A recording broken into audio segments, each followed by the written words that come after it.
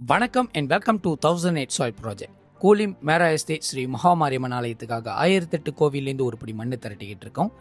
இன்னைக்கு மூன்றாவது நாள் மூன்றாவது பதிவிலேருந்து அருள்மிகு ஸ்ரீ மகா சிவசக்தி ஆலயம் கோத்தாபுத்ரி மாசாயில் இருக்கின்ற ஆலயத்திலேருந்து ஒரு படி மண் எடுக்க வந்திருந்தேன். இந்த ஆலயம் இந்த எல்லைக்கு மிக பழமையான ஆலயம், தாய் கோயில் என்கிறார்கள். இந்த ஆலயத்தை ஒட்டி பல தெய்வங்கள் இருக்காங்க.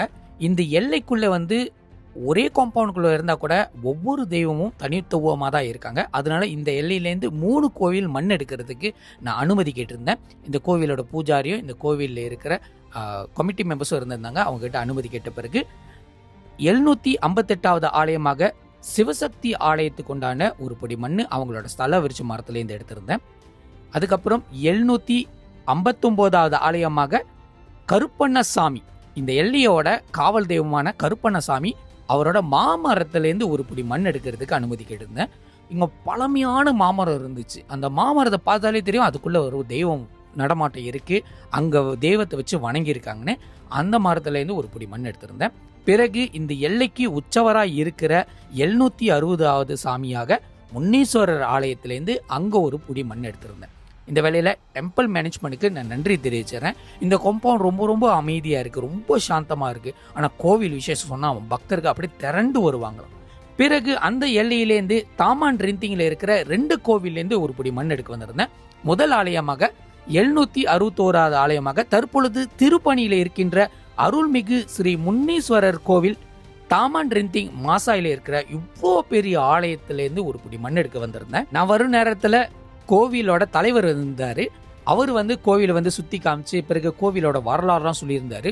அவ்வளோ பெரிய கோவில், முன்னீஸ்வரர் கோயில் அவ்வளோ பெருசுக்காக எழுந்து நிற்கிறத என்னால் பார்க்க முடிச்சு.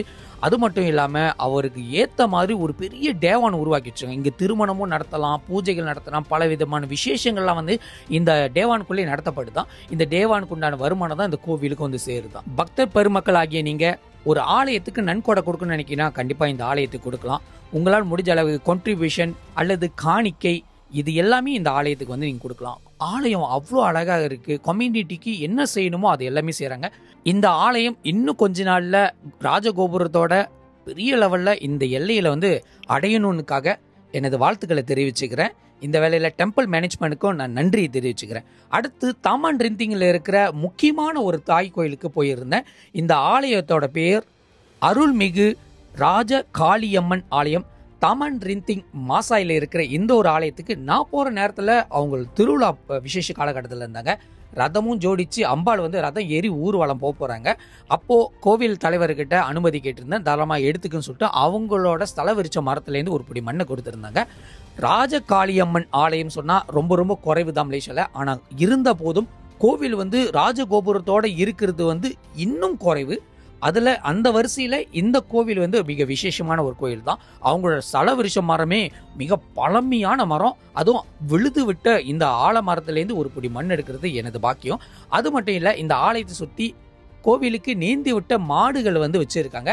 அது கோவிலுக்கு மாடாக வச்சு அங்கே பராமரிச்சுட்டு வராங்க. இதையும் பார்க்கறதுக்கு ஒரு வாய்ப்பு கிடைச்சி. இந்த வேலையில் தொடர்ச்சியாக நம்மளோட பதிவுகளை ஃபாலோ பண்ணிக்கிட்டு இருக்க நீங்கள் கண்டிப்பாக என்னோட சேனலும் ஃபாலோ பண்ணுங்கள். இன்னும் நிறைய ஆலயங்கள் நம்ம பார்க்க வேண்டியது இருக்குது. இது ஜோஹர் எக்ஸ்பெடிஷன் உங்களுக்கான ஒரு நிகழ்ச்சி. See you soon. Bye.